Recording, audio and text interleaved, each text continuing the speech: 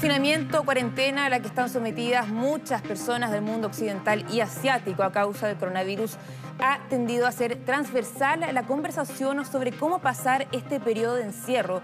Se trata de una medida que se toma por razones sanitarias para evitar la propagación del COVID-19, pero que puede causar varios trastornos en grupos familiares, sobre todo cuando hay que compartir espacios y tareas domésticas junto con las labores o los estudios. Tema que analizamos con Felipe García, académico de la Universidad Santo Tomás y director general de CESIS. ¿Cómo estás? Buenas tardes. Hola, ¿cómo están ustedes? Muchísimas gracias por acompañarnos acá en este programa. Primero que todo, preguntarle cómo se puede enfrentar este confinamiento, lo que estábamos hablando. Hay personas que lo han tenido que hacer a la fuerza, cientos y miles de personas, y obviamente es algo que nos saca un poco de nuestra rutina habitual. Sí, por supuesto, esto que está ocurriendo es algo que no había ocurrido antes, es decir, que la población o las personas, las familias permanezcan en un espacio juntos durante tanto tiempo y en forma obligada, es algo obviamente novedoso para la gente, que mucha gente o personas no saben cómo enfrentar, ¿ya? No es lo mismo que estar de vacaciones o en invierno o en un fin de semana, ¿no? Hay muchas diferencias e insisto que muchas personas obviamente no han vivido esto jamás. Felipe, antes de entrar a cómo funciona con una familia o con más personas dentro del hogar, a nivel personal, individual, ¿cómo esto nos podría afectar y cómo debemos enfrentarlo? Sí, a nivel individual yo creo que va a haber una diversidad de respuestas, ¿no? Hay personas que son más fácilmente adaptables a los cambios y probablemente van a hacer cambios en su rutina que facilite el estar salvaguardado en un espacio durante tanto tiempo, ¿no? Pero hay otras personas que son o tienen más dificultades para adaptarse, que no aceptan los cambios, que tienen quizá algunas características de mayor rigidez, ¿no? Y que probablemente lo van a pasar bastante mal. Ya, en general, esto tiene que ver con encierro, con aislamiento y en algunos casos también con hacinamiento. Y los estudios previos al respecto muestran que efectivamente hay mayor tendencia, por ejemplo, a tener síntomas depresivos o lo más común que se menciona es irritabilidad. Obviamente la irritabilidad es uno de los temas más relevantes porque se está en convivencia con otros y por lo tanto puede afectar las relaciones familiares y de pareja. Chile tiene cifras alarmantes en relación a la salud mental, según la ONG Mente Sana. El año pasado publicó un informe donde mencionaba que más de 1 millón de chilenos tienen ansiedad y cerca de 850.000 personas sufren depresión. ¿Qué hay que hacer en este caso, obviamente, de confinamiento, y a qué hay que prestarle atención en estos casos?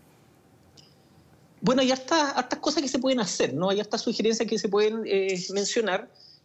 Una de ellas es considerando el espacio pequeño que tenemos muchos en el lugar donde estamos habitando, igual es posible hacer, por ejemplo, actividad física, ¿ya? Actividad física como ejercicio de yoga, meditación, relajación, respiración, de tal manera que a través de estos ejercicios se puede, por ejemplo, reducir los niveles de estrés o de ansiedad, o también mantenerse activo, haciendo cosas, ¿no? Cosas como algunas habilidades que algunas personas tienen para hacer manualidades, para cocinar, o incluso el teletrabajo, que tiene de dulce y a gras, de dulce, porque también nos mantiene un sentido de competencia y además de mantenerse ocupado, pero da gras porque obviamente implica también una carga adicional y que a veces no es fácil compatibilizar con otras demandas que uno tiene en el hogar, por ejemplo, el cuidado de los niños. Hablando también en relación a los niños, muchas papás, ¿no?, están en las casas, están ahí con los menores de edad dando vueltas, mientras que las personas están haciendo esta especie de teletrabajo. ¿Cómo se puede organizar el tiempo para no desesperarse, para no volverse loco además? Me imagino que uno también necesita el espacio propio, el tiempo propio, pero debe ser muy difícil cuando se está en cuarentena. Efectivamente, una de las sugerencias más comunes que uno ve en las redes es organizar el tiempo y organizar el horario. Yo creo que eso efectivamente es importante. Hay que organizar el espacio, organizar los horarios de los adultos, de los niños. Una de las cosas que se pueden hacer, por ejemplo, es tener horario de despertar diferido, ¿no? Que los adultos despierten más temprano y se activen más temprano para realizar algunas tareas domésticas o de trabajo y que luego cuando despierten los niños se turnen en el cuidado de los niños, que tampoco sobrecargar a uno de los padres o a alguno de los cuidadores en que esté todo el tiempo con los niños para que la otra persona adulta pueda también trabajar. Sin embargo, una cosa fundamental acá es que hay que ser flexible, es decir, si bien tenemos una organización que nos va a permitir llevar una rutina más o menos estable, esta cosa es muy cambiante. Y en cualquier momento puede alguien de la casa enfermar o llegar otra demanda o lo que ha ocurrido ahora, que por ejemplo el confinamiento obligatorio, toques de queda, y por lo tanto la organización que uno puede planificar no necesariamente se va a llevar a cabo. Y por lo tanto es muy importante que las familias no se estresen tampoco por esto, que sean capaces de cambiar la rutina, ¿ya? Hay una sobrecarga importante, por ejemplo, los que tienen niños, por las tareas que les mandan desde los colegios, escuelas al hogar, ¿no? Y por lo tanto tienen que hacer trabajo, tienen que además hacer la tarea de los niños y además hacer las tareas domésticas, entre otras cosas. Y si los cuidadores adultos no se distribuyen bien las tareas, evidentemente más de alguno se va a sobrecargar. Pero ahí yo insisto de que hay que ser flexible, hay que también ser pausado. Yo sé que los colegios esperan que en el hogar se avance en forma significativa en el aprendizaje, pero tampoco es para volverse loco. O sea, de todas maneras hay que saber mantener un ritmo que no afecte tampoco las relaciones que nosotros tenemos con nuestros hijos. ¿Qué tan importante es mantener estos hábitos diarios, por ejemplo, levantarse temprano, comer a cierta hora, tener cierta actividad en la tarde? Porque además, obviamente, con esto se pierden ciertos hábitos de salir a caminar o salir a trotar, juntarse con los amigos, por ejemplo. Y uno puede tender a desordenarse un poco, levantarse más tarde, quedarse esta tarde también viendo películas. ¿Qué tan importante es mantener los hábitos diarios, aunque sea adentro del hogar? Sí. Ese es uno de los efectos fundamentales de lo que está ocurriendo, ¿no? Que es el cambio significativo en el estilo de vida. La gente durante este periodo, que ya sabemos que va a durar unos buenos meses, no va a hacer las mismas rutinas que tenía anteriormente. Y por eso es importante esta capacidad de adaptarse y de ser flexible.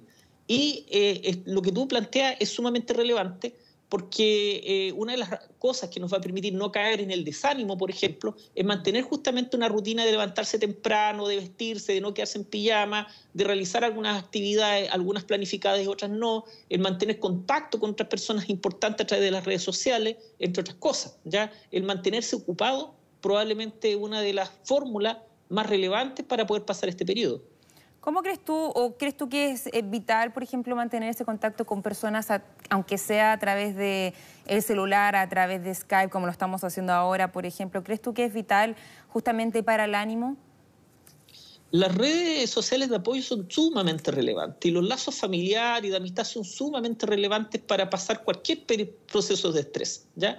Y lamentablemente, debido a que ya no podemos tener un contacto cara a cara, la tecnología viene a nuestra ayuda y nos permite contactarnos a través de redes sociales, ¿ya? Las personas de tercera edad están confinados, ¿no? Y probablemente aún más aislados porque corre más riesgo.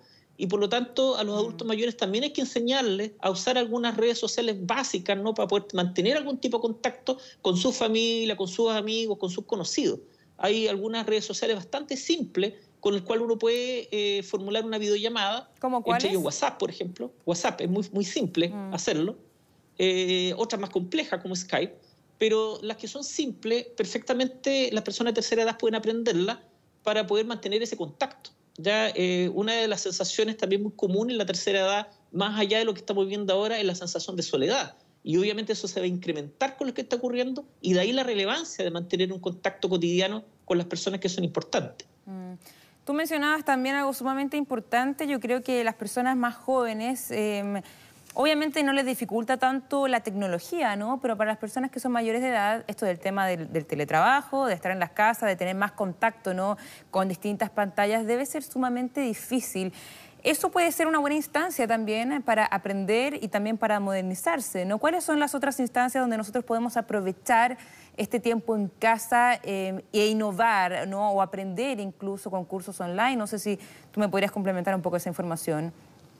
Sí, lo que pasa es que hay hartas hoy día plataformas, el mismo YouTube, que también es muy fácil de manejar para las personas de tercera edad, donde pueden aprender cosas, más allá de ver series o películas, que obviamente es bastante entretenido y si es acompañado mejor. Pero aparte de eso uno puede aprender muchas cosas del interés de uno. Hay tutoriales para cocinar, para manualidades, hay tutoriales para investigar, ¿no? Hay tutoriales para realizar una serie de acciones que son importantes y que uno puede aprovechar de aprender. En el fondo, la vida sigue, aunque estemos confinados, y siempre es posible aprender nuevas habilidades y nuevos conocimientos. Felipe, te quiero plantear otra situación y a raíz de lo que también he leído mucho en Twitter, de que personas dicen, por ejemplo, que ya tener una relación con tal persona dentro de la casa tantas horas ya lo está volviendo un poco locos porque no están acostumbrados, y muchas personas tienen problemas justamente familiares, internos, y ahora están obligados a estar juntos gran cantidad de horas. ¿Cómo se hace, cómo se lleva este tipo de relación? Hay que hacer a veces una especie de tregua, ¿no?, para que el ambiente sea un poco más llevadero. ¿Cómo lidiamos con esas situaciones, Felipe? Efectivamente, hay varias cosas que se pueden hacer. En primer lugar, obviamente repartirse muy bien las funciones y las responsabilidades del hogar, no sobrecargar más a uno que a otro, porque eso es evidentemente un tema de roce relevante, ¿no? Otra cosa es respetar los espacios personales. De repente uno también necesita un espacio para leer algo, para comunicarse con algún amigo personal, etcétera. Y la otra miembro de la pareja debería apoyar esto y hacer, por ejemplo, siempre el tema del cuidado de los niños, hacerse cargo en ese tiempo para que cada uno tenga un espacio personal. Pero lo otro que tú planteas también es muy relevante.